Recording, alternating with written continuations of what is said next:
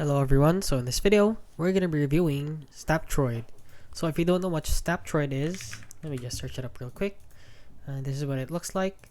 So Snaptroid is basically, it offers personal information. For example, if you type in somebody's username, they claim that you can get access to their best friends list or private messages or my eyes only photos.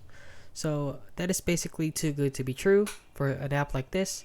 So some people use it. Some users said that it doesn't work. So he tried it on the account. It is absolute bull. And I cannot get it to work. Blah blah blah. You can someone do this for me, please? And basically, at the end of the day, it doesn't work. Okay, apps like this don't work at all.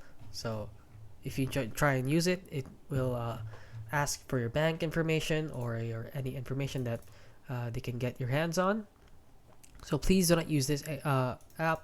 It is a scam. So yeah, that is basically it. So if you found this video helpful, please consider liking and subscribing.